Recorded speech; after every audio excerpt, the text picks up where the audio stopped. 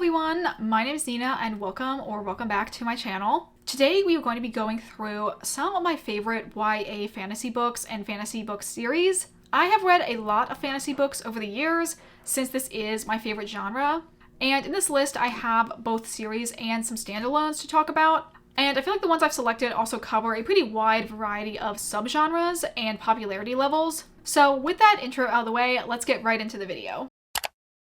Starting off, I wanted to talk about a fantasy series that I've been a fan of probably since I was 12, and I still love it to this day.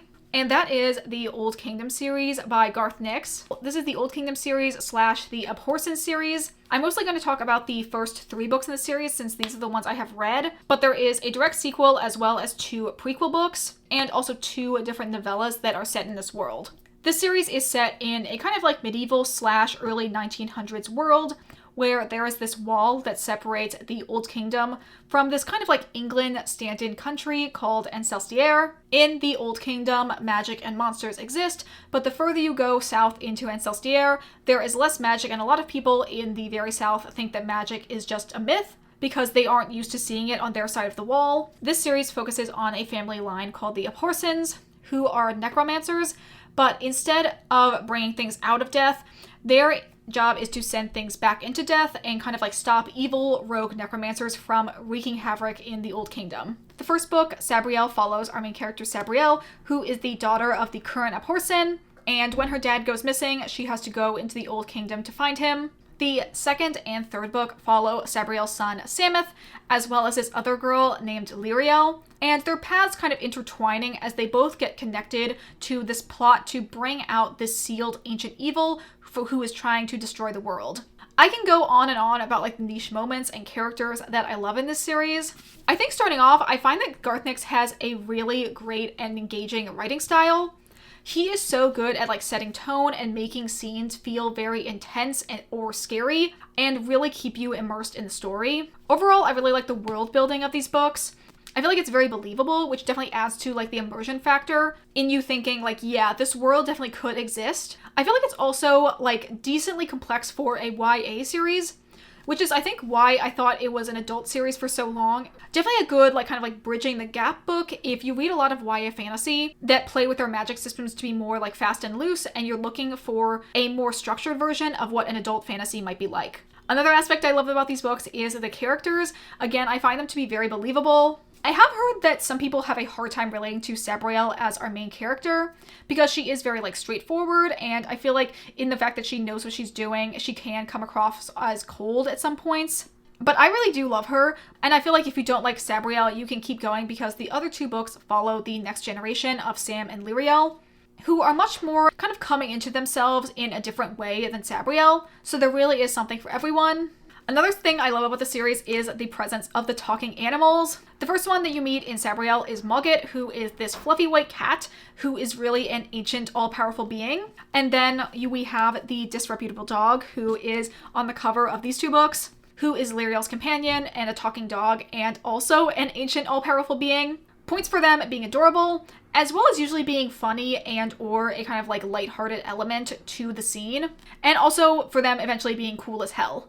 And lastly, an element I really like in the story is the presence of kind of this like magical military element. Along the wall on the like Ancestiere side, there is this like border patrol that's supposed to stop any monsters or dead things that make it that far over the wall. And we get a lot of scenes throughout the series of characters working with them to stop whatever the big bad's plans are. I feel like with that specific element, if you liked Divine Rivals, then you will like this. Okay, the next set of books I want to talk about are basically all of Margaret Rogerson's books. We technically have 3 standalones and then a novella that is kind of like additional, like 1.5 to Sorcery of Thorns. I'm going to start off by talking about her books in publication order. So firstly, we have Enchantment of Ravens. This book focuses our main character Isabel, who is a human painter.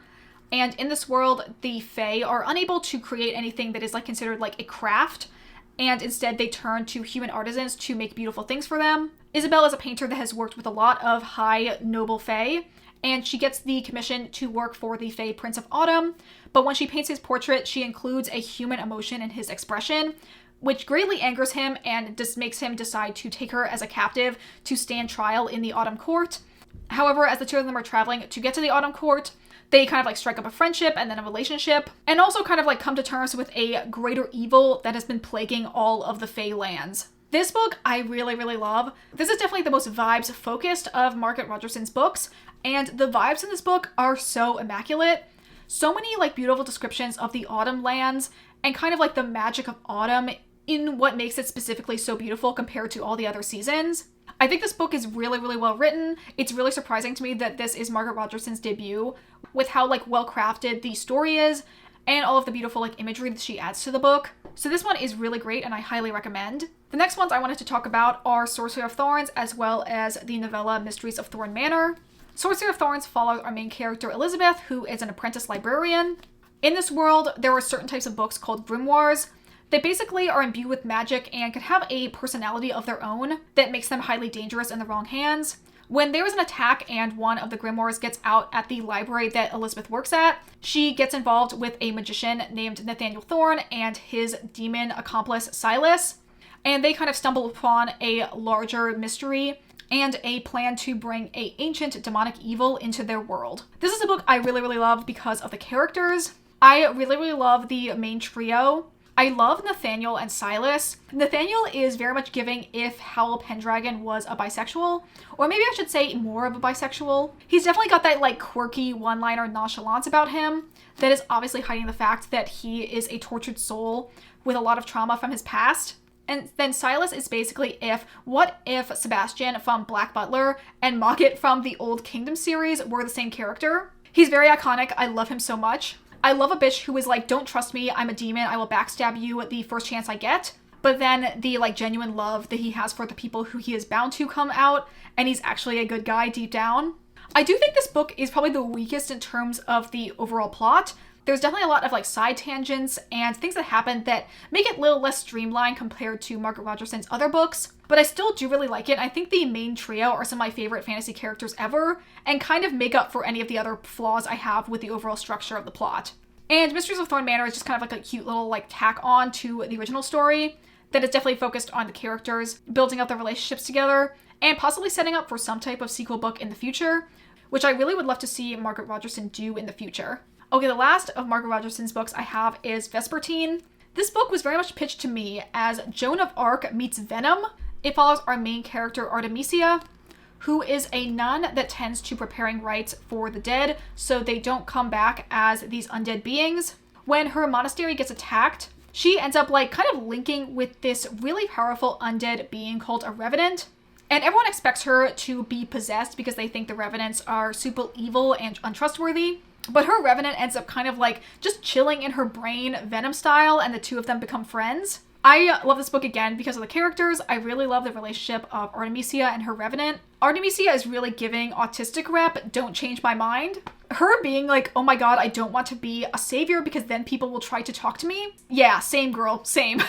I feel like her having this kind of like outcast status and then her bonding with the Revenant, who is also an outcast in his group, is really beautiful.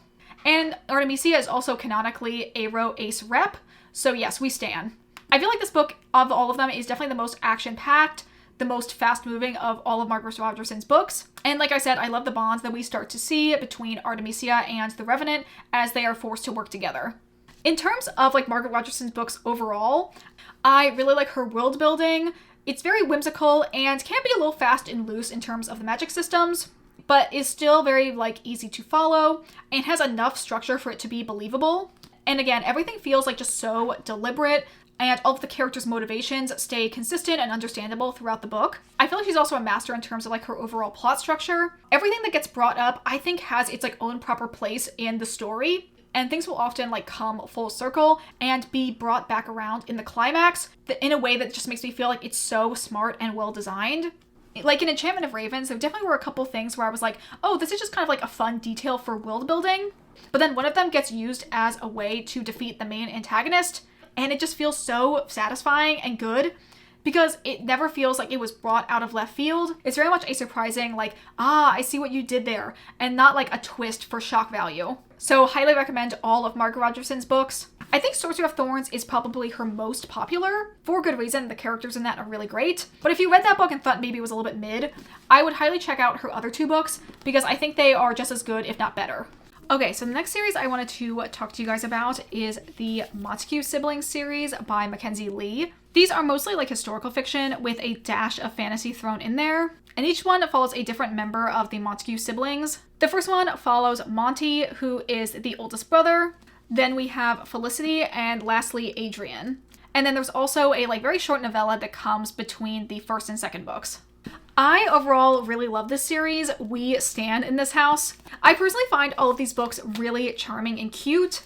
I love like all the places that we travel to over the course of each book and how all of them have this like sense of wonder and excitement to them. Because of that, I feel like these settings are really immersive. I will say that the like quirkiness factor is pretty high for these books. I feel like if you're like, oh my god, Monty is so annoying at the very start, you probably won't like the majority of these books. However, I think he's funny, and I feel like him being a mess is also part of like the story, since the first one is really about him realizing that he's been a spoiled brat and his journey is learning that he needs to make sacrifices to get the things he loves over the course of the story. I feel like in general, all of these books have like a sweeter, like heartfelt message connected to them that you end up seeing by the end. And there also is like massive found family vibes with like the squad that forms around all the siblings. I just like really love them so much. For a long time, I considered The Gentleman's Guide to Vice and Virtue to be my favorite book of all time. However, I've only read it all the way through once, and that was also like 2 years ago. So I feel like I'm definitely overdue for a reread of this, as well as like the whole series. But I still really love these books and highly recommend them. Okay, the next book series we're going to be talking about is the only series I don't actually own physical copies of yet, and that is the Folk of the Air series by Holly Black. These are a YA fantasy series that follows our main character, Jude Duarte, who is a human girl that lives in the Fae world with her adoptive father and 2 sisters. And she has a very tumultuous relationship with one of the Fae princes named Prince Carden. In my eyes, I like to describe these books as like Game of Thrones meets Gossip Girl, because it's like teen drama, but then there's literal backstabbing allowed. Jude Duarte is my wife. She is an amazing main character. I feel like she is the like badass female main character that a lot of YA main female characters try to be, but she does it really so well. I feel like she's the perfect mix of badass, but also has a lot of like insecurities and struggles throughout the books that make her believable as a teenager with teenage angst. I feel like Carden really sucks when you first meet him, but as the series goes on, you like see kind of the backwards ass ways he's been trying to help Jude, while still keep up the appearance that he hates her. I also like that he acts like he can't be bothered to be a serious king and he hates work, but then you see that he is very smart, and the moments when he and Jude are on the same page and playing off each other really well just like kind of fully shows their power couple goals. I really also like the squad of the other spies that are part of Dane's spy guild that work with Jude. The way that the crew kind of like grows to bring Jude into their fold and then their eventual devotion to her is so good. I also really like that for a lot of side characters, it feels like the energy of we used to fight as like villains of the day, but then Jude was such a bad bitch that we can't help but join her side. I feel like it happens a lot and it's really iconic. Okay, the last books we are going to be talking about in this video is the Once Upon a Broken Heart series by Stephanie Garber. So in this series, we have Once Upon a Broken Heart, The Ballad of Never After, and A Curse for True Love. These books follow our main character, Evangeline Fox, who at the start of the book is trying to get the help of Jax, the Prince of Hearts, who is this immortal being called a Fate, and to have him help her stop the wedding of her boyfriend. This kind of like kicks off a series of events that makes Evangeline be seen as kind of like a hometown hero, and she ends up going to this other kingdom called the Magnificent North to represent her kingdom there. And while she's there, she gets wrapped up in this bigger prophecy where she might be the key to unlocking this long lost magic.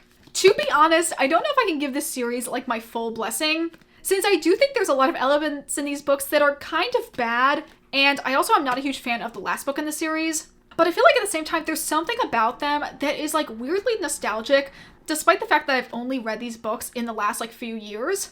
It kind of just like reminds me of being a teenager.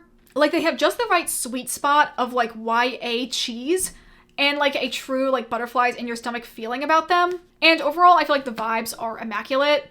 The writing is really flowery, very colorful and quirky, which is definitely the like strongest element of Stephanie Garber's writing style. There's lots of detail with the scenery and also all of the clothes that the girls in the series wear, which I do think can be annoying in other books, but with how like inventive they are, all of the dresses that Eva wears throughout the series are really next level, and definitely one of like my favorite parts of the books. This series is technically a sequel series to the Caraval trilogy, and if you read this series first like I did, you will be spoiled on like a major plot development that happens in the last book of the Caraval series. However, I don't necessarily think it's necessary to read them in order, and I also overall think this series is much better than Caraval. So I think in some ways, if you're interested in this series, you kind of should just like take the plunge and not really be worried about having to read a whole nother series before you get to these ones. So that is a full list of all of my favorite YA fantasy series. I love all these series so much, and I'm always on the hunt to try new YA fantasy books to add to this list. If you guys have a favorite YA fantasy series, I'd love to hear about it in the comments down below, and maybe I'll consider reading some of them for a future reading vlog. Anyway, that is going to be it for this video. If you guys enjoyed this video, consider liking, commenting, or subscribing if you aren't already. Consider following me on the Storygraph if you'd like to see my reading updates in real time, or consider following my Bookstagram, which is linked in the description. But that is going to be it for me today. I hope you all have a wonderful day, and I will see you all in the next video. Bye!